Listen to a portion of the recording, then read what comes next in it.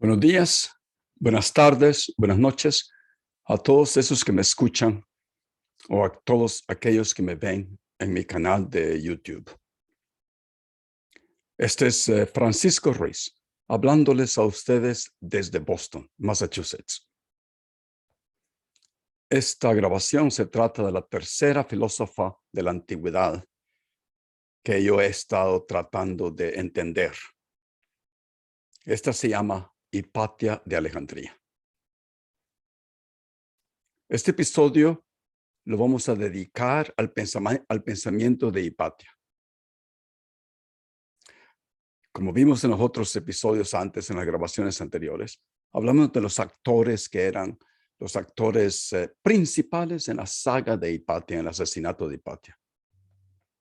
Ya hablamos de la personalidad de Cirilo, el obispo de Alejandría, de la personalidad de Orestes, el pretor romano de Alejandría, y hablamos del grupo de monjes nitrianos que vivían en el desierto y que ayudaban a los obispos, principalmente a Cirilo.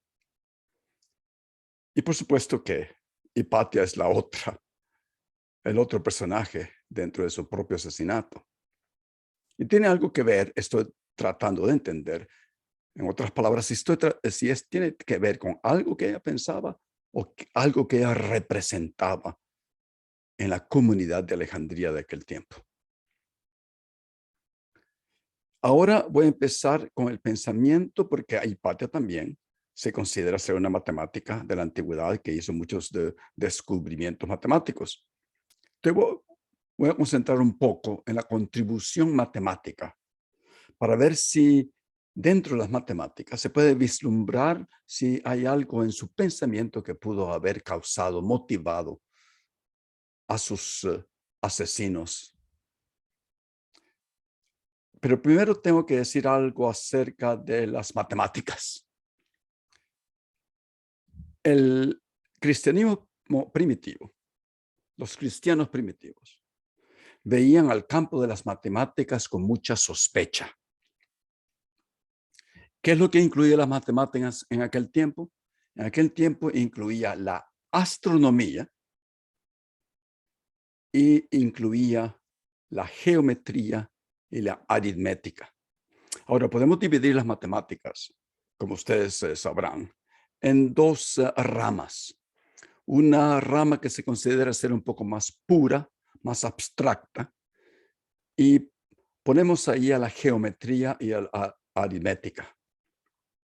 Del otro lado está una rama que puede ser un poco más aplicada, más concreta, que es la astronomía.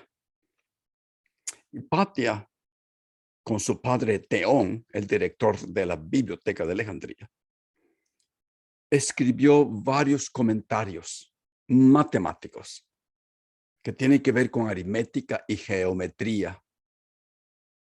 No, matemáticas puras. En este momento todavía se hace la división. Hay matemáticos que se dedican solamente a descubrir nuevos teoremas y de resolver teoremas que no se han podido resolver de hace muchísimos años. Es pura matemáticas puras. Y al mismo tiempo ya sabemos que seguimos con la astronomía tratando de descubrir nuestro universo con los grandes telescopios, principal uno nuevo que se acaba de lanzar, que se llama Webb. Entonces, esta información que les voy a resumir en otras palabras en esta grabación, vienen de dos libros que he leído. Vienen de más libros, pero principalmente he leído dos libros. Uno, un libro que se trata de una escritora polaca, traducida al inglés, no se ha traducido al español. Esta es María Sielska, y el libro se llama Hipatia de Alejandría. El otro libro que he estado leyendo también se llama Hipatia de Alejandría, está escrito en inglés también, y por un matemático de Australia que se llama Michael Deakin. Estos son varios de mis fuentes que he estado usando para estas grabaciones. Ahora, las ramas puras, no como la geometría, como nosotros hemos visto y vimos cuando hablamos de Spinoza, usan el método deductivo, un método de abstracción, viendo instancias reales, no para concluir, para deducir. Y los objetos de la geometría en el tiempo de Hipatia formaban parte de, como Hipatia ustedes saben que no es neoplatonista, formaban parte de unos elementos platónicos, como los números, las líneas, las figuras geométricas y cosas similares. Y en aquel tiempo se justificaba el estudio de las matemáticas puras, no solamente como una curiosidad en sí misma, pero más bien como una búsqueda sagrada que llevaba al alma al uno. En la grabación anterior hablamos del uno, del único, de ese ente eterno que los neoplatonistas veían como el ente mayor de todos los entes, donde emanaba toda la naturaleza. Entonces, la curiosidad es un anhelo del alma, de acuerdo con los neoplatonistas, para la inteligibilidad. Y esa inteligibilidad de las cosas que vemos, de los astros, de la tierra, de la luna, del sol, es un camino hacia lo divino. Aquí estamos hablando, otra vez repito, de puro neoplatonismo. Entonces, específicamente el trabajo de Theón, el padre de Hipatia y de Hipatia, Theón fue el último director de la biblioteca, ellos se dedicaban en expandir, haciendo comentarios acerca de las grandes obras de Euclides y de la gran obra del gran Ptolomeo, el Grande, obviamente. Esos dos eran los grandes matemáticos en aquel tiempo, no habían ya vivido 300 años antes, 200 años antes. Entonces, Theón y Hipatia se encargaron de estudiar y de expandir para sus propios estudiantes a Euclides y a Ptolomeo el Grande. Ahora, una de las cosas que les pusieron atención, bueno, este no es aquí no yace mis destrezas, y así que solamente lo voy a mencionar, pero no lo voy a describir cómo funciona esa cosa, pero de acuerdo con las matemáticas de Euclides en la geometría, Hipatia y Theón descubrieron unas formas que se llamaban formas cónicas, que es una intersección de conos de geometría y planos de geometría. Es lo único que voy a mencionar aquí. Ahora, el tema de la astronomía es el tema problemático para Hipatia. Bueno, el tema de la astronomía, se ve un poco de la astronomía, se ve como algo más mundano, más concreto, tiene objetos materiales concretos, el sol, la luna, las estrellas, los planetas. Entonces es un estudio esencialmente práctico, era un estudio práctico y se emprendía no solo por sí mismo, sino se veía como una ayuda para poder construir relojes, calendarios, para ayudar a la navegación, entre muchas cosas, en Egipto, en el Mediterráneo, en el Medio Oriente. En una de las cartas que el estudiante más famoso de Hipatia, llamado Sinesio, le escribe una carta a Hipatia y le dice, gracias, señora, doña, por enseñarme cómo construir un astrolabio. Porque Hipatia se considera ser una de aquellas primeras que construyeron unos astrolabios prácticos, eficaces, eficientes para poder navegar en el día y en la noche. Para aquellos que no se acuerdan qué es un astrolabio, el astrolabio es un aparatito que ayudaba a los navegantes a encontrar la hora exacta durante el día y durante la noche. Y podían encontrar la hora exacta del amanecer, de la salida del sol y del atardecer. Y podían encontrar usando el astrolabio las posiciones de los astros celestiales, especialmente de unos planetas, de 5 planetas que se conocían en aquel tiempo. Pero entonces la astronomía, por ser tan concreta, no alcanzó el nivel de abstracción de la geometría. Y hasta en este momento todavía no se ve como algo bastante abstracto, aunque por supuesto que necesita la matemática, la geometría. Ahora, pero la astronomía necesita sus referentes materiales. Las matemáticas puras no. Ahora, Cinesios, el hijo de Hipatia, veía la astronomía así como algo material, pero un poquito más alto. Lo veía como un poquito también espiritual. Lo veía como astronomía, como algo místico, como una teología mística. Y él escribe, la astronomía en sí misma es una ciencia venerable y podría convertirse en un trampolín hacia algo más elevado, dice Cinesio, en una de las cartas que le escribió a Hipatia. Y él dice, procede de demostraciones de manera sin equivocarse, porque usa la geometría y la aritmética. Ese es Cinesio. Ahora, así es como se le atribuye un poco la dimensión espiritual a la astronomía, ¿no? Sin que pierda su utilidad práctica.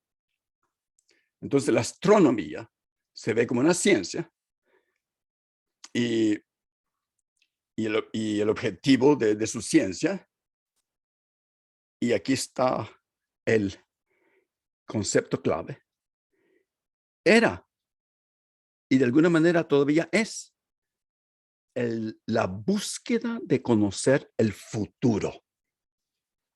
No, pero ya sabemos que yo conozco mi presente en este momento a través de mis experiencias directas en este momento. Estoy haciendo este video, esta grabación, estoy pensando, yo me siento consciente. Bueno, yo conozco el presente de esa manera, también conozco el pasado de alguna manera a través de mis memorias, a través de leer el récord histórico de alguna manera.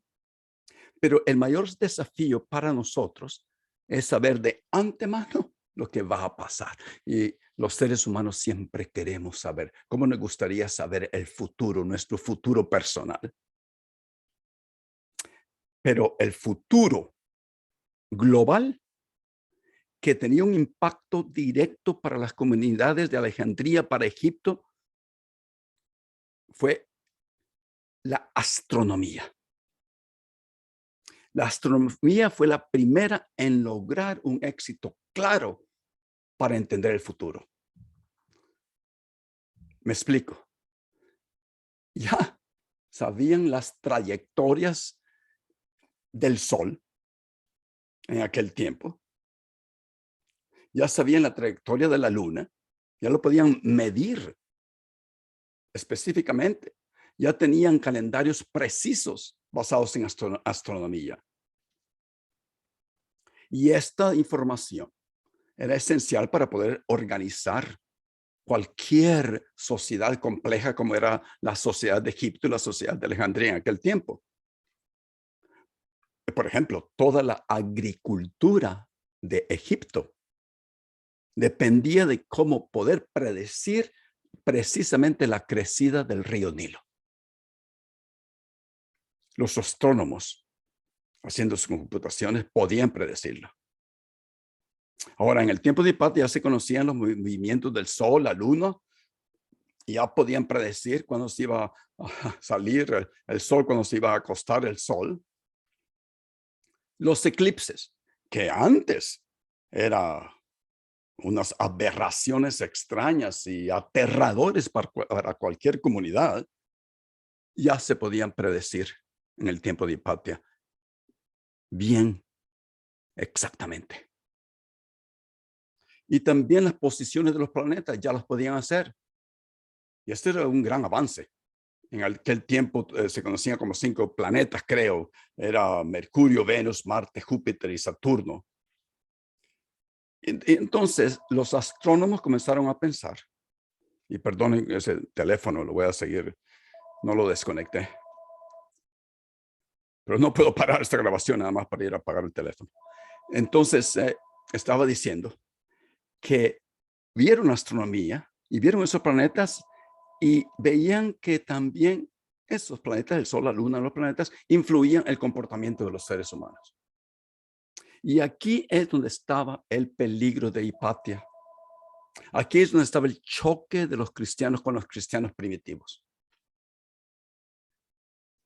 Bueno, como ya se sabe que la astronomía tampoco era perfecta, había todavía algunos vacíos, unas lagunas de entendimiento. ¿Y qué es lo que pasó? Muchos cayeron en la tentación de meterse a la astrología para poder llenar el vacío que dejaba la astronomía. Entonces, tenemos que hacer una pausa breve acerca de la astrología. Porque la astrología tenemos que enfatizarla que tenía una influencia en aquel tiempo muy penetrante en el mundo antiguo y gozaba de mucha credibilidad. La gente pensaba que era cierto. Y hasta el gran Ptolomeo escribió una obra que se llamaba Tetrabiblos, dedicada a la astrología.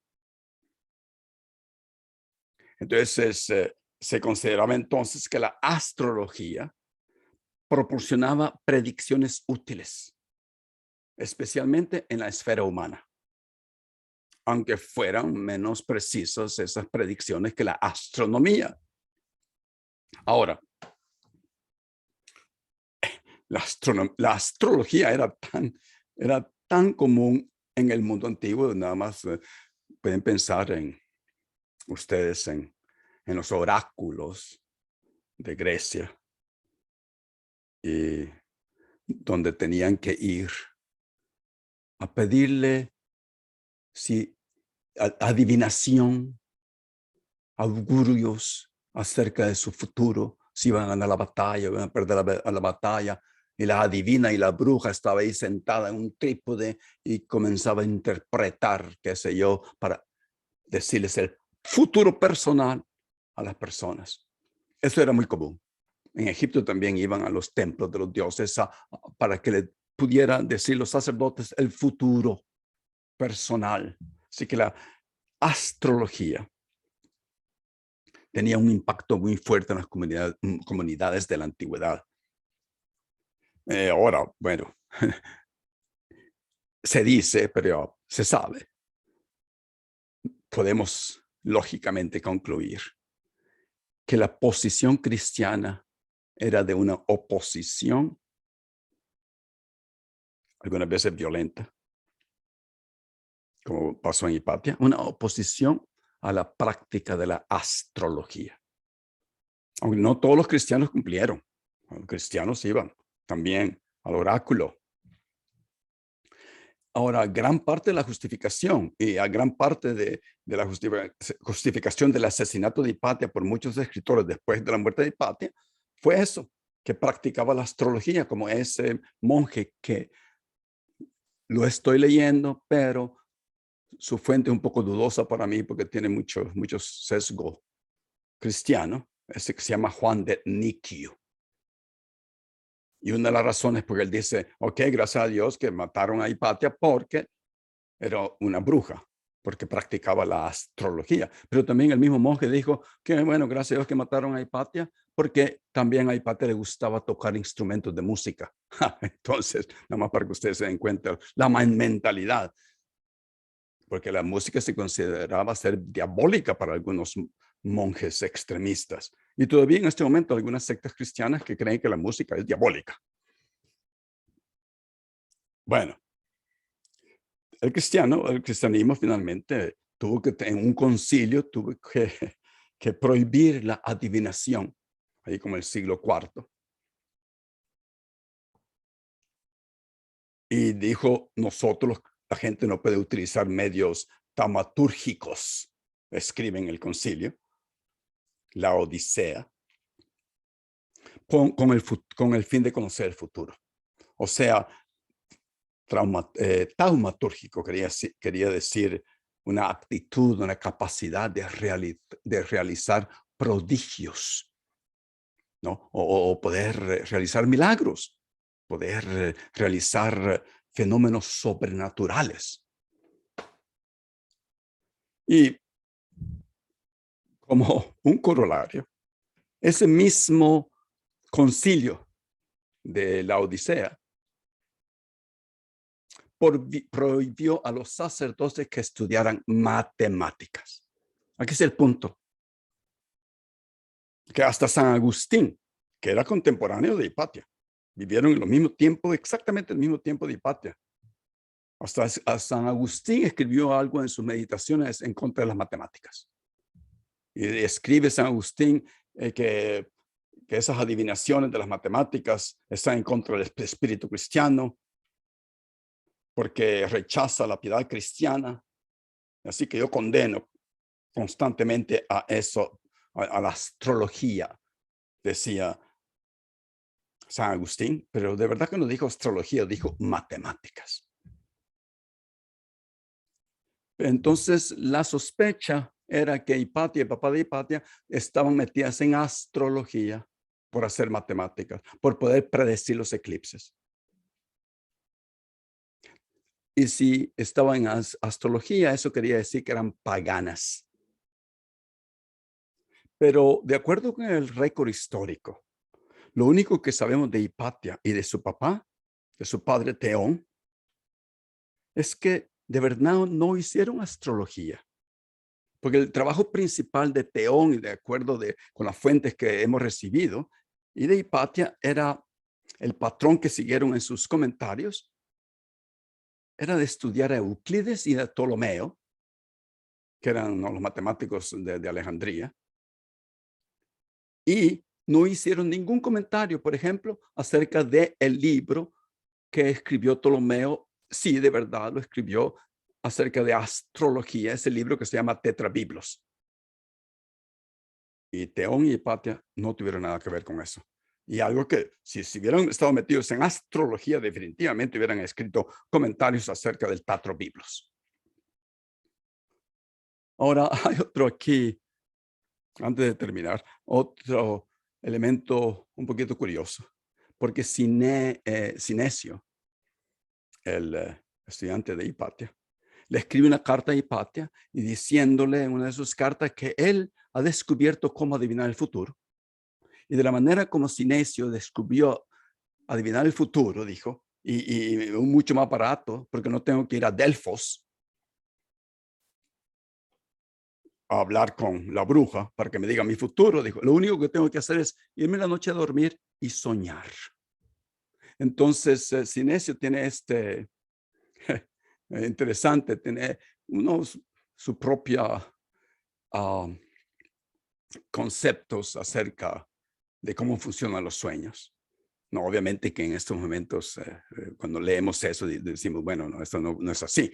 Pero él tenía una idea de que entre los sueños veíamos esas imágenes, unos fantasmas que incorporaban al universo de los astros y también lo que estaba pasando en el universo en el presente la tierra, y esos fantasmas de los sueños era lo que quería decir, y a través de ese fantasma nosotros podíamos decir nuestro futuro, conocer el futuro. Entonces, para Sinesio, los sueños eran algo científico, se podían estudiar para formar, ¿no?, una imagen del futuro, una especie de adivinación, pero una especie de adivinación que estaba abierto para todos los seres humanos. Y Hipatia parece que científicamente sí estuvo de acuerdo con Sinesio. Y esto es lo que escribe Sinesio. Mis sueños no exigen un largo viaje al extranjero. No tengo que ir al oráculo de Delfos. No tengo que ir al santuario de Amón. Todo lo que tengo que hacer es lavarme las manos, orar correctamente y luego quedarme dormido. Y así es como yo puedo saber mi futuro. Ahora, el conocimiento así obtenido acerca de los sueños de Sinesio, por supuesto que no es el mismo conocimiento que se usa para predecir los eclipses de la astronomía. Pero los sueños se convirtieron en una clave para saber lo que se avecinaba en los asuntos humanos, ¿no? Para Sinesio era un medio natural, universal. Bueno, no, Freud, como ustedes saben, también tuvo su propia ideología y sus propias ideas, su propia teoría acerca de los sueños, pero me parece que es lo mismo de Sinesio. Bueno, en el sentido de que no es tan concreto, no podemos estar analizando eso en ese momento. Sí, yo creo que Hipatia sí aceptó la teoría de los sueños de Sinesio, pero eso no quería decir que tenía astrología, que estaba metida en astrología para matarla. Ahora, además de eso, como veremos en la próxima grabación, donde hablaremos del incidente mismo, paso por paso, del asesinato de Hipatia, de los detalles específicos de los eventos que condujeron a su muerte. Y como ya sabemos, Hipatia resultó ser una víctima de la pelea política de poder entre el templo y el palacio, entre el obispo Cirilo y el pretor romano Orestes. Y podemos alargar el argumento para concluir que la muerte de Hipatia fue un resultado del choque eterno entre la ciencia y la religión, algunas veces conjugadas pacíficamente en el transcurso de la historia y en otras opuestas sangrientamente. Bueno, para eso, para la próxima grabación. Bueno, muchas gracias por estar conmigo. Buenas noches, buenas tardes, buenos días. Y seguiremos con la historia de la filósofa llamada Hipatia de Alejandría en los próximas dos grabaciones. Y después empezaremos otra serie. Les hablaré de la próxima serie en mi próximo video, próxima grabación de mi próximo podcast. Gracias y adiós.